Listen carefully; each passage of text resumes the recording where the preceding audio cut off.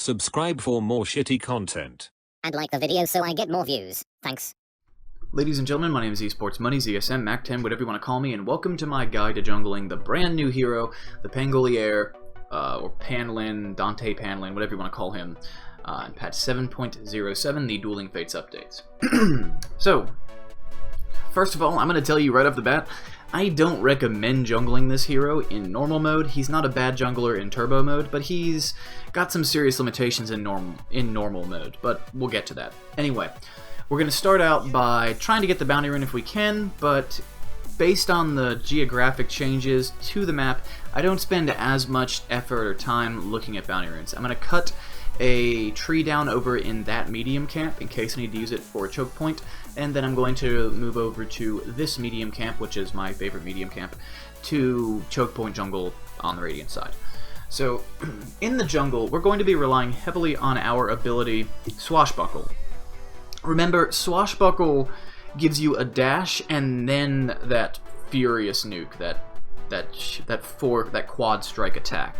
So it's a really cool ability, and it allows you to use attack modifiers, but the thing you gotta remember is it does the damage in the direction that you're facing when it lands. He has instant turn rate when he uses the ability, and when you can dash through things, but you don't do damage if you just dash through them. So if you just stretch it across the camp and then dash through them, unless you're facing them when you come out of it, you'll just do the swashbuckle out into the infinite and you won't. Go into a private lobby, practice using his ability at least once or twice just so you know how it works. Actually, practice it a dozen times so that you know how turning works when you've actually clicked it. So it's a pretty good ability, and we're going to be maxing it first because it's very good at killing creeps, or at least it's the best thing he's got in his toolkit for killing creeps. It does 24, 42, 16, 78, or you can add 30 to that at every single level if you get the talent. Damage, and it does 4 instances of that damage at a 20, 16, 12, or 8 second cooldown, and with his talent you can get it down to 5 seconds, scaling from 17 to 5 seconds, and it costs 70, 80, 90, or 100 mana. So it's a pretty low mana cost ability. It's got a fairly low cooldown, especially if you talent it appropriately, and if you talent it appropriately, you're also doing a lot of damage. You're doing 432 total physical damage at the max level, and you're also applying whatever attack modifiers you have on, and it works for spell Lifesteal. However, it also applies your passive, which is called Heart Piercer. What Heart Piercer does is it's a 15% chance to proc, so you have 15% on each of those 4 attacks to proc, and you see the debuff is on the enemy right now. And what happens is it will bring up this heart icon above them for 2 seconds, and then after 2 seconds the heart icon will be a broken heart. And the broken heart means it's active, and like that's a broken heart. You just saw the heart pierce, and that means it's active. If it's just the heart itself that's pulsing, that means that the debuff is about to be applied. It has a 2-second delay before it actually takes effect. What it does is it nullifies all enemy armor for a 2, 3, 4, or 5 second duration, depending on how many points you put into it, and it slows their movement speed by 35, 40, 45, or 50%, depending on how many points you put into it. It's a very good value proposition because the duration scales, but the armor reduction is just a flat nullify all armor. So it's a very good value proposition for that reason. So I like to get 1 point into it, and then if I'm in a regular game, I will put a 2nd point into it before I leave the jungle. If I'm in a turbo mode match, then I will not. So we're going to max Swashbuckle first. We're going to get 1 or 2 points in Heart Piercer. We're going to try to get a point in Shield Crash at some point, hopefully not sacrificing a point in Swashbuckle for it. And the reason we're going to do that is because Shield Crash has an awesome interaction with his ultimate, so it makes his ultimate a lot better if you actually get it. As far as talents go, he has a plus 25 movement speed or plus 2 mana regen talent at level 10. In a normal game, I'm going to lean more toward the movement speed, and I'm going to lean even more heavily towards it in a turbo match, but in a turbo match, turbo match is pretty much always movement speed. In a normal game, you can get the plus 2 mana regen sometimes.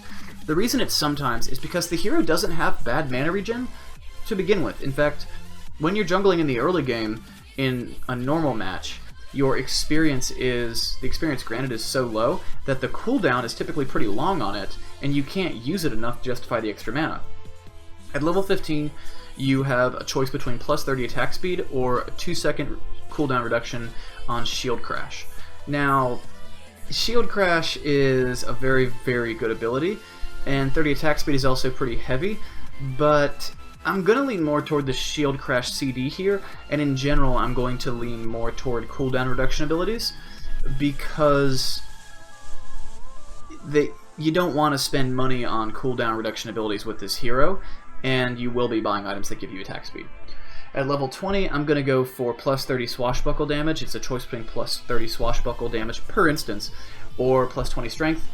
Plus 30 swashbuckle damage is more than you do per instance at level 1. You do 24 at level 1. It's a huge upgrading considering you're getting it on each instance, not a total, but plus 30 of each of the 4 instances. I'm going to get that pretty much unanimously. And then at 25, you have minus 12 seconds on your ultimate, or you ultimate cooldown.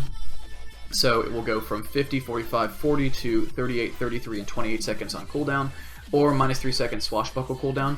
Personally, I find Rolling Thunder to be... So the hero is considered very easy to play, and he's being marketed towards new heroes, so I'm gonna lean more heavily towards the swashbuckle cooldown because it's an easier to execute ability, and it's a more fun ability in my opinion.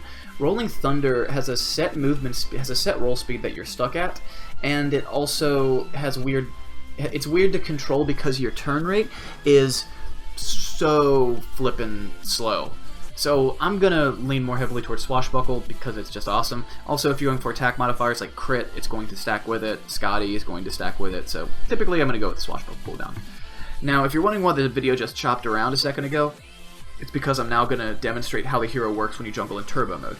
In turbo mode, the item choice is pretty straightforward. By 6 minutes, I'm going to have brown boots and I'm going to have a Vanguard, and then I can just go fight because then I'm pretty darn tanky.